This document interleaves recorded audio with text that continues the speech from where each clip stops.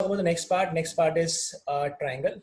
Triangle में क्या पूछ सकते हैं वो समझते हैं। अगर मान लेते हैं कि आपको ट्राइंगल दिया हुआ है और ट्राइंगल के अगर आपको कोऑर्डिनेट दिए हुए हैं, ए के कोऑर्डिनेट x1 y1, बी के कोऑर्डिनेट है x2 y2 and coordinate of C given to you is x3 y3। आपसे बोला है कि बताइए सेंट्रॉइड क्या होगा। सेंट्रॉइड पूछ सकते हैं आपसे, लेकिन आज के टू कैलकुलेट इन सेंटर के कोऑर्डिनेट चुन सकते हैं, पूछ सकते हैं, और आपसे पूछ सकते हैं एरिया ऑफ द ट्राइंगल। ये तीन कंडीशन आपसे पूछ सकते हैं। So first thing centroid, second is the incentre, then third is the area. Centroid का मतलब क्या होता है? सेंट्रॉइड का मतलब होता है ऐसा पॉइंट जहां पे मीडियंस बाइसेक्ट करती है। मीडियंस का मतलब क्या होता है? एक लाइन जो वर्टेक्स को ज्वाइन करती है मिड पॉइंट से। सो अगर आपने लाइन ज्वाइन करी है जो मिड पॉइंट पे जाती है, मतलब ये दोनों इक्वल हो गए। और सेंट्रॉइड का मतलब होता है जहां पे मीडियंस कट करती है। अगर आपने मीडियंस को ड्रॉ किया, ये वाली मीडियन यहाँ पे आई, तो ये जो पॉइंट है इसको बोलते हैं सेंट्रॉइड जी। और ये रेशो जो होता है 2:1 का होता है। ये हमने पढ़ाया हुआ है कोऑर्डिनेट ज्योमेट्री के पहले ज्योमेट्री की क्लासेस में। पहले मुझे इतना बताइए, डी के कोऑर्डिनेट निकाल सकते हैं आराम से? यस, क्योंकि डी तो मिड पॉइंट है।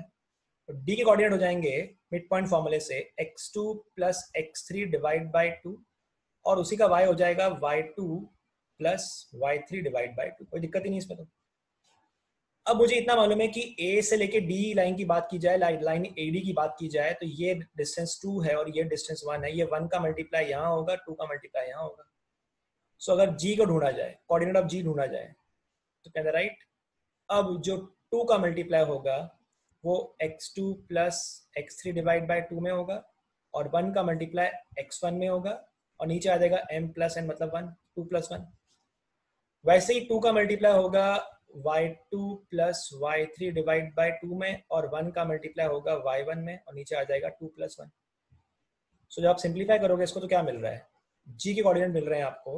ये 2 से 2 कट हो गया, x2 plus x3 plus x1, और I can rearrange x1 plus x2 plus x3 divide by 3, and y के आपको मिल जाएंगे y1 plus y2 plus y3 divide by 3।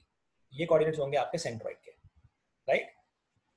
फिर अगर मान लेते हैं आपसे सेंट्रॉइड की जगह पूछा होता, अच्छा एक और चीज, अगर मान लेते हैं ये ट्राइंगल जो है, ये ट्राइंगल के वर्टेक्स ना देते हुए अगर आपको मिड पॉइंट दे दिए जाए, ऐसा कुछ, मान लेते हैं ये मिड पॉइंट के कोऑर्डिनेट्स दे दिए, ठीक है, ये बोल दिया, लेट्स से मान लेते हैं पॉइंट है P, Q, और ये है लेट्स से L, M, है ना। ये वर्ड आपको कोऑर्डिनेट्स दिए हुए मिड पॉइंट के, और ये दिया मान लेते हैं आपको लेट्स से W, X। बोला बताइए अब क्या होगा सेंट्रॉइड? सेंट्रॉइड का वैल्यू सेम ही आएगा, अभी भी हो जाएगा P plus L plus W divide by 3, और यहाँ पर भी हो जाएगा E plus M plus X divide by 3। फर्क नहीं पड़ने वाला, चाहे तो वो मिड पॉइंट के कोऑर्डिनेट दे दिए जाए या आपको वर्टेक्स के कोऑर्डिनेट दे दिए जाए, फॉर्मूला सेम ही रहेगा। और फॉर्मूला सेम तो रहेगा लेकिन पॉइंट भी सेम आएंगे। मतलब अगर आपको x1, x2, x3 की हेल्प से निकाला जाए, तो अभी भी जो सेंट्रॉइड आएगा और जो ये सेंट्रॉइड होगा, दोनों ट्रायंगल का सेंट्रॉइड सेम ही होगा। तो यहाँ पे जी की बात करें तो जी यहाँ पे x1 plus x2 plus x3 divide by 3 ही होगा, y1 plus y2 plus y3 divide by 3 ही होगा। मतलब ऐसा बोल दिया होता x1 y1 x2 y2 x3 y3 दे दिए, और बोला जाए कि ऐसे ट्रायंगल के एक सेंट्रॉइड ढूंढो जो इनके मिड पॉइंट से बनता है। वो सेम ही होगा, फर्क नहीं पड़ेगा, वो पॉइंट सेम ही आता है, ठीक है, याद रखिएगा। नेक्स्ट पार्ट के बारे में बात करते हैं। सपोज मान लेते हैं आपको बोला होता है इन सेंटर ढूंढो। इन सेंटर क्या होता है? जहां पे एंगल बाइसेक्टर्स मीट करती है, आई होता है वो पॉइंट। अगर आपको इन सेंटर ढूंढना है तो कैसे ढूंढेंगे समझते हैं। अगर एक ट्रायंगल है, ट्रायंगल ABC, ट्रायंगल के कोऑर्डिनेट्स आपको मालूम है x1 y1, बी के कोऑर्डिनेट्स पता है x2 y2, और कोऑर्डिनेट सी के पता है x3 y3। जहां पे एंगल बाइसेक्टर मिलते हैं that is known as the incentre, वो आपका इन सेंटर होता है, ठीक है, that is known as I से करते हैं डिनोट। अब यहाँ पे निकालने का फॉर्मूला क्या होगा वो समझते हैं, या डेरिवेशन की बात नहीं करेंगे। अगर कैपिटल ए के सामने वाली साइड को बोलते हैं स्मॉल ए से डिनोट करते हैं, कैपिटल बी के सामने वाली को स्मॉल बी से करते हैं डिनोट, कैपिटल सी के सामने वाली को स्मॉल सी से करते हैं। इन सेंटर के कोऑर्डिनेट्स अगर ढूंढना है, सेंट्रॉइड के लिए आपने निकाला था average mean of the coordinates, अब आप निकालेंगे वेटेड एवरेज। मतलब ए का मल्टीप्लाई होगा x1 के साथ, x1 के साथ उसके सामने वाला डिस्टेंस मल्टीप्लाई होगा, x2 के साथ उसके सामने वाला डिस्टेंस मल्टीप्लाई होगा, लेंथ मल्टीप्लाई होगी, और x3 के साथ सामने वाली लेंथ मल्टीप्लाई होगी। सो a x1 plus b x2 ठीक है, फिर से लिख देते हैं एक बार। ए के अंदर x1 का मल्टीप्लाई होगा, बी के अंदर x2 का मल्टीप्लाई होगा, सी में x3 का मल्टीप्लाई होगा, नीचे आ जाएगा a प्लस बी प्लस सी। और वैसे अगर बात की जाए तो a के अंदर y1 का मल्टीप्लाई होगा, b के अंदर y2 का मल्टीप्लाई होगा, c के अंदर y3 का मल्टीप्लाई होगा, नीचे आ जाएगा a plus B plus C. ये फॉर्मूला होता है to find the coordinate of in centre.